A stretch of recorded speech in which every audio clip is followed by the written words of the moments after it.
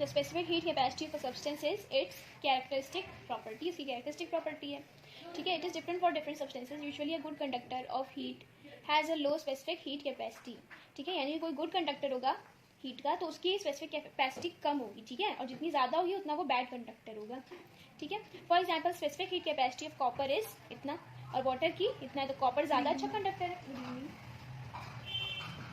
ठीक है, इसीलिए इसका कम है 0.4 है, और वाटर जो है वो उतना अच्छा नहीं है इसलिए इसका 4.2 है, ठीक है। If we heat equal mass of two different substances on the same burner so that the rate of heat supply same, we notice that after the same time interval the rise in temperature for the two substances is different. किसमें सबसे ज़्यादा rise हुआ होगा? जिसका कम क्या था? Special heat capacity, और जिसका ज़्यादा होगा स्पेशल हीट कैपेसिटी उसमें कम टेम्परेचर रेज होगा, ठीक है। सब्सटेंस विथ लो, यही लिखा हुआ है, ठीक है। Water has an unusually high specific heat capacity, यानी कि इतना। The specific heat capacity of the same substance is different in its different phases. The specific heat capacity of water is this, ice का इतना होता है और steam का इतना हो जाता है, यानी कि अगर डिफरेंट फेजेस होंगे सेम सब्सटेंस का, सेम मॉलिक्यूलर कॉम्पोजिशन का, तो उनका अलग अलग तरीके का हीट कैपेसिटी हो सकता है, ठीक है। कैलोरीमीटर के बारे में क्या दिया? कैलोरीमीटर जो होता है मेनली एक सिलिंड्रिकल वेसल होता है इस तरीके का, ठीक है। इसको इन्होंने स्टैंड लगा करके बना दिया। थर्मोमीटर है, एक स्टिरर होता है स्टिर करने के लिए उस लिक्विड को, वुडन लिड होती है, कॉपर वेसल होता है अंदर की तरफ, वुल होता है अंदर इंसुलेटर की तरह, और बाहर होता है वुडन जैकेट उसको और इंसुलेट करने के लिए, ठीक है। देखते हैं कि क्या है।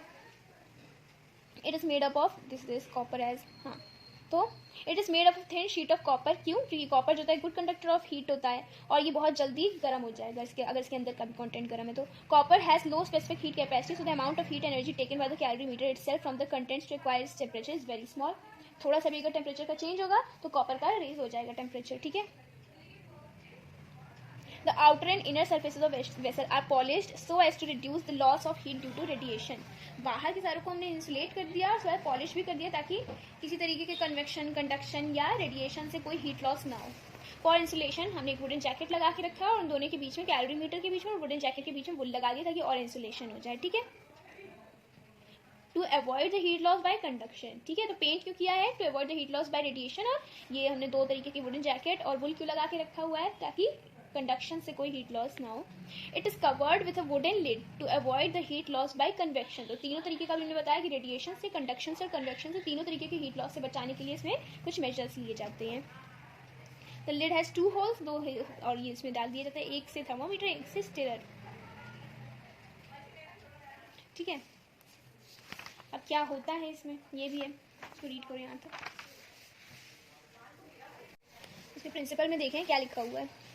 When a hot body is mixed with a cold body, heat energy passes from the hot body to the cold body, ठीक है। ये तो पता ही था, कब तक होता है? जब तक सेम टेम्परेचर नहीं पहुंच जाता है, ठीक है।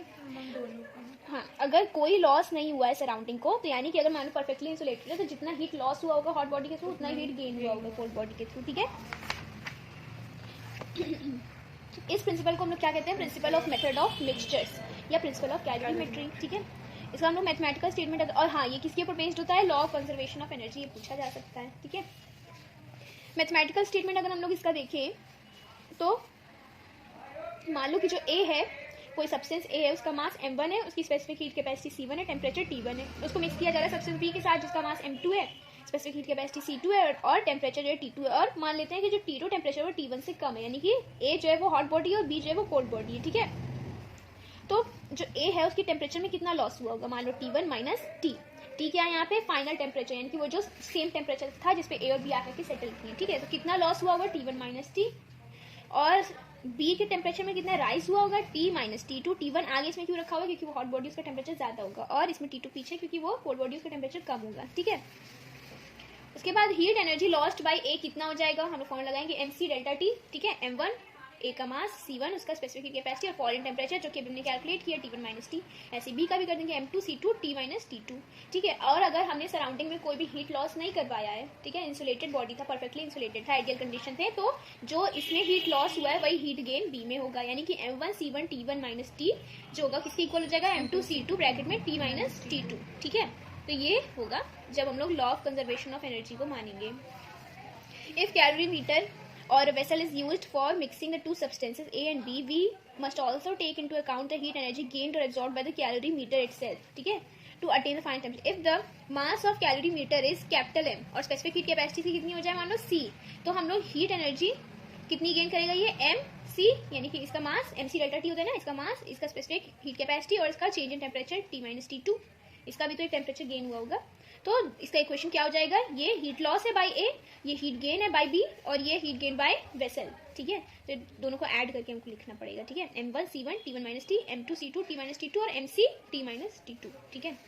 तो ये ऐसे, ये इस पे बहुत सारे न्यूमेरिकल्स बनेंगे, ठीक है। इसके बाद से कई सारे क्या कहते थे उसको, एप्लीकेशंस हैं, इसके कॉन्सिक्वेंसेज है, नेचुरल कॉन्सिक्वेंसेज और कुछ इसके यहाँ पे एग्जाम्पल दिए हुए हैं, ठीक है। तो इनको पढ़ लेना, रीडिंग ये है।